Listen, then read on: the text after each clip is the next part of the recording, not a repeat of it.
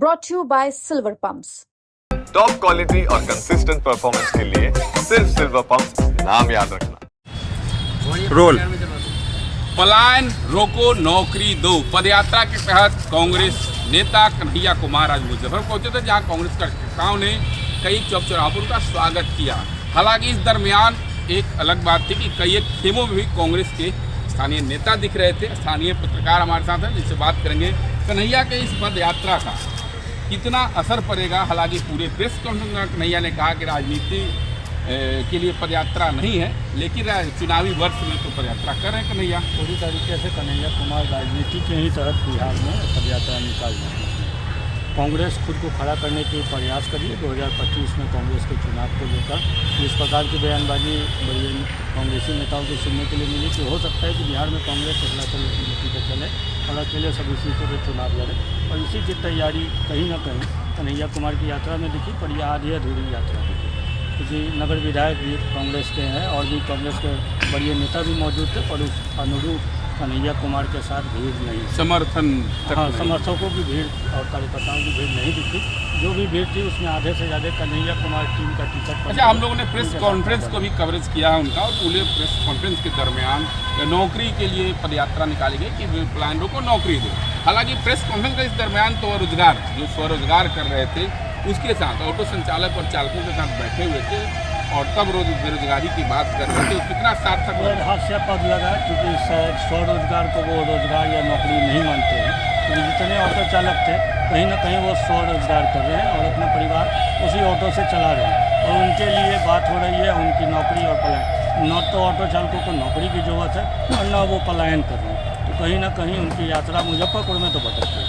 एक चीज़ और है कि जिस तरीके से चुनावी साल है तो कांग्रेस की चर्चा तो शुरू हो गई ना कन्हैया का प्रयास। हाँ, ये कहा जा सकता है कि कांग्रेस पुनर्जीवित हो सकती है बिहार में। कन्हैया कुमार ने उसमें जो मरता हुआ कांग्रेस उसमें थोड़ी सी जान खोलने का प्रयास। अन्य लोग भी हैं, क्या कहेंगे आप? लगातार कन्हैया की इंटरव्यू 8 बजे से और 2 बजे तक आप साथ कवरेज कर रहे थे, क्या लगा कितना बदलेगा कांग्रेस का?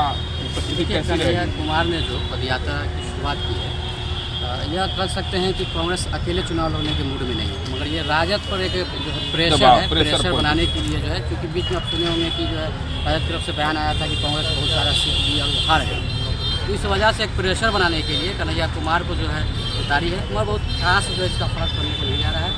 और जो है कांग्रेस में जो है उसके पास इतना दम नहीं है कि वो अकेले जो है कुछ चुनाव लड़े और बिना उसके जो चुनाव नहीं लड़ेगी। अच्छा, एक चीज़ और बताइए, जो बात आपने कहा कि कांग्रेस अकेले चुनाव नहीं लड़ सकती, तो कांग्रेस ने दिल्ली में अकेले चुनाव लड़के केजरीवाल को दिखा दिया, तो कहीं ऐसा ना हो जाए कि राजद को भारी पड़ जाए?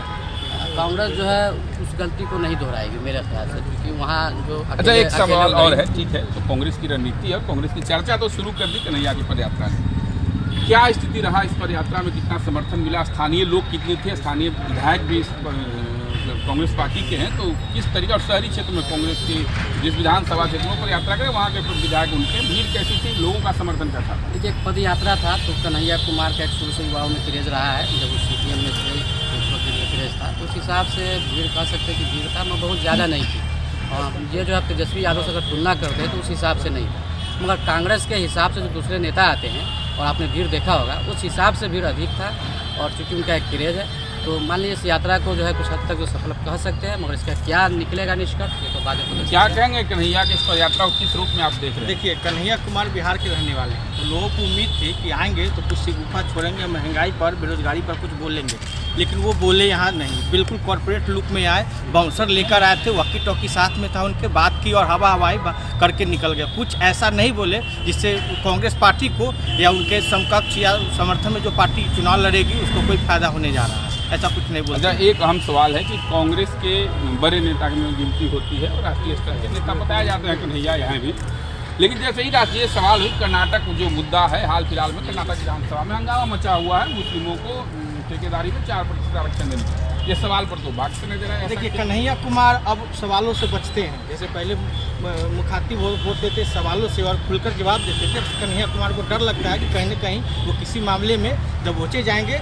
और उनको उलझ जाएंगे, इसलिए वो अब वो बचते नजर आते हैं और वो उस पोजीशन में अब नहीं है जो खुलकर बोले। शायद आला कमान का ऑर्डर है या कुछ, लेकिन कन्हैया कुमार बचते क्या लग रहा है, क्या दिख रहा है? क्योंकि सुबह से तो काफी धूप थी और आपने लगातार राहुल गांधी की भारत जोड़ो यात्रा आपको शायद याद होगी, लोकसभा चुनाव के पहले उन्होंने एक भारत जोड़ो यात्रा की थी, जिसका असर उनको लगा कि लोकसभा चुनाव में काफ़ी हद तक मिला है। ये नौकरी दो पलायन यात्रा जो रोको है, ये उसकी अगली कड़ी है। बिहार में विधानसभा चुनाव होने वाले हैं इस साल, और इसको लेकर एक माहौल क्रिएट किया जा रहा है कांग्रेस की तरफ। माहौल बनाने में लगी है। एक अहम सवाल है, आपको लगातार सुन रहे हैं और उस खबर के साथ भेज भी रहे हैं, तो उसमें बताइए कन्हैया जिसको लेकर के पदयात्रा कर रहे हैं, इस तरीके से माहौल बना रहे हैं, कांग्रेस के प्रदेश के कुछ खास नेता नजर नहीं आ रहे थे यहाँ पर, जिस तरीके से स्थानीय विधायक उनके थे और कांग्रेस पार्टी का एक दबदबा हुआ करता था मुजफ्फरपुर और उत्तर बिहार में, तो उस अनुरूप यहाँ पर क्या दिखा जोश? निश्चित रूप से उस अनुरूप तो नहीं दिखा, लेकिन एक बात तो मैं बताऊँगा, कन्हैया कुमार जेएनयू के प्रोडक्ट है। पहले तो वो NSSO का आंकड़ा देख ले कि जो जारी करती है कि देश में बेरोजगारी का दर क्या है और कितना है, और बिहार में कितनी पलायन हुई है और बेरोजगारी दर है। National sample survey of India जारी करती है, और बिहार ने इस मामले में काफ़ी ग्रोथ किया है। 16 के बाद की बात मैं कह रहा हूँ। बाकी जो दक्षिण के राज्य है वहाँ बेरोजगारी दर सबसे ज़्यादा है। पलायन का जो आंकड़ा है, आंकड़े की जानकारी नहीं है, मुद्दे लेकर के बिहार में आ गए हैं, घूम रहे हैं। जो यहाँ से माइग्रेट हुए हैं उसमें ज़्यादा आज एक आम सवाल था, हम तमाम लोग पत्रकार हैं, सवाल भी उनसे कर रहे थे, लेकिन सवालों से कुछ बचते हुए नहीं आ रहे। जैसे ही हम लोगों ने तेजस्वी पर सवाल किया कि राजद अकेले लड़ेगी या तैयारी कर रही सभी सीटों पर, इन तमाम सवालों से वो बचते नजर आ रहे। कर्नाटक के सवाल पर तो भागी गए। निश्चित रूप से ये कहीं ना कहीं कन्हैया कुमार भी इस बात को जान चुके हैं, बिहार में चुनाव भी लड़ चुके हैं।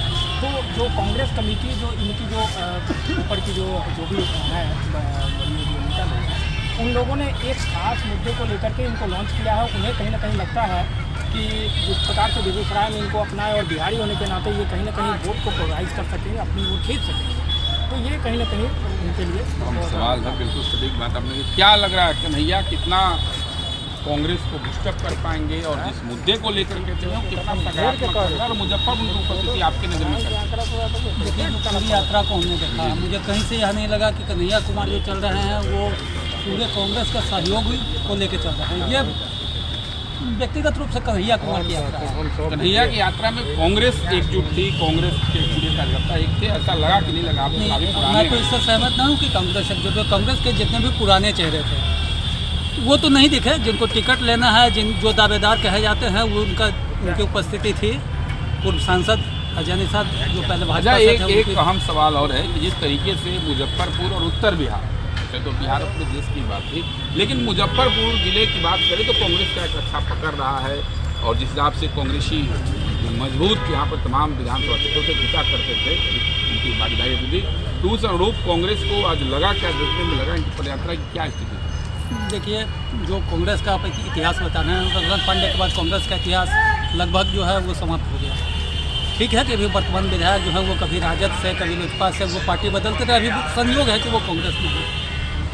और जो कन्हैया कुमार के साथ चेहरे देखने चाहिए थे, वो चेहरे तो आज कन्हैया को उतार करके कांग्रेस कहीं ना कहीं, और जिस तरह से प्रदेश अध्यक्ष के बदला गया, तो बिहार प्रभारी कृष्णा लवरू घूम रहे हैं, तो लगातार लग रहा है कहीं ना कहीं कांग्रेस कुछ नया प्रयोग में तो नहीं दिख रही है बिहार में। कांग्रेस राजद पे दबाव बनाना चाहिए। अखिलेश सिंह को राजद का करीबी बताया जाता था। अखिलेश सिंह पे आरोप लग रहा था, वो मीडिया में भी चर्चा होती थी कि राजद से उनकी नजदीकियाँ अधिक है, तो ये कन्हैया कुमार जो है राजद पे दबाव बनाने के लिए आया।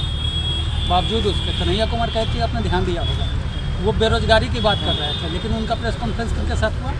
जो रोजगार कर रहे हैं, ठीक है, तो वो अपना ही लेकिन वो रोजगार, तो ये मैंने कथनी और करनी में तो कहीं कोई दिख नहीं रहा। देखिए, तमाम जगहों पर हमने 0 माइल चौक पर भी उनकी भीड़ को देखा, टाउन पर भी दिखा, तो जहाँ कोई स्थानीय कार्यकर्ता सक्रिय थे तो वहाँ तो भीड़ दिख रही थी। लेकिन कांग्रेस कार्यालय तिलक मैदान, जो कांग्रेस की कार्यालय शहर के बीचों बीच यानी आवागमन का सुविधा है, वहाँ पर भी कुछ ऐसा भीड़ और माहौल तो नहीं दिखा कि कन्हैया आए और पर्याप्त नहीं। आप चूंकि कन्हैया कुमार को फोकस कर रहे थे, भीड़ वहाँ भी थी, वो लोग खाने पे टूटे हुए थे और लग रहा था जैसे कि कांग्रेस का राजदकरण हो गया। बिल्कुल माहौल उस तरीके का नहीं। कैसे रहेगा माहौल? बिल्कुल जिस तरीके से कन्हैया कुमार के पलायन रोको और नौकरी दो पदयात्रा को कांग्रेस भुनाने में लगी हुई है, और कांग्रेस ने लगातार बिहार में एक्शन कर रही है। प्रदेश अध्यक्ष बदल दिए गए, बिहार प्रभारी नए बता दिए गए, और तमाम लोग कार्यक्रम कर रहे हैं। कांग्रेस अपने आप को कहा जाए तो मतलब मजबूत करने में लगी हुई है, और अपने गठबंधन, इस पदयात्रा का जो ओवरऑल मकसद लगा कि अपने गठबंधन को विपक्षी के साथ साथ यानी एनडीए के साथ साथ महागठबंधन को भी मैसेज देने में कांग्रेस लगी हुई। कांग्रेस को यदि अंडर एस्टिमेट किया गया तो कांग्रेस अकेले चुनाव लड़ सकती है। कांग्रेस के भी कार्यकर्ताओं को जोश भरने का काम किया जा रहा है। लेकिन इस पदयात्रा के दौरान, इस पदयात्रा का नाम ही है पलायन रोको नौकरी दो। इसके तहत जब मुजफ्फरपुर पहुंचा, मुजफ्फरपुर में प्रेस कॉन्फ्रेंस किए तो तमाम लोग उनके साथ जो बैठे हुए थे, कन्हैया प्रेस कॉन्फ्रेंस बोलते हुए नजर आए। ये लोग ऑटो संचालक हैं, ऑटो चालक हैं, इनके साथ करें यदि रोजगार रहती तो नहीं, तो यानी उनके नज़र में वो लोग बेरोजगार थे। रोजगारों के साथ बेरोजगारी की प्रेस कॉन्फ्रेंस करते कन्हैया नजर आए। वहीं जैसे मीडिया की सवाल आई, जैसे राजद पर हुआ, जैसे यादव पर सवाल पूछा गया, नीतीश कुमार पर पूछा गया, और सबसे अहम बात जब कर्नाटक में मुस्लिम आरक्षण की बात की गई तो कन्हैया बात करके गाड़ी में ही बैठ गया, यानी अपनी जवाब सुना करके और प्रेस कॉन्फ्रेंस को समाप्त कर दिए। मुजफ्फरपुर से मणिभूषण शर्मा, बिहार तक।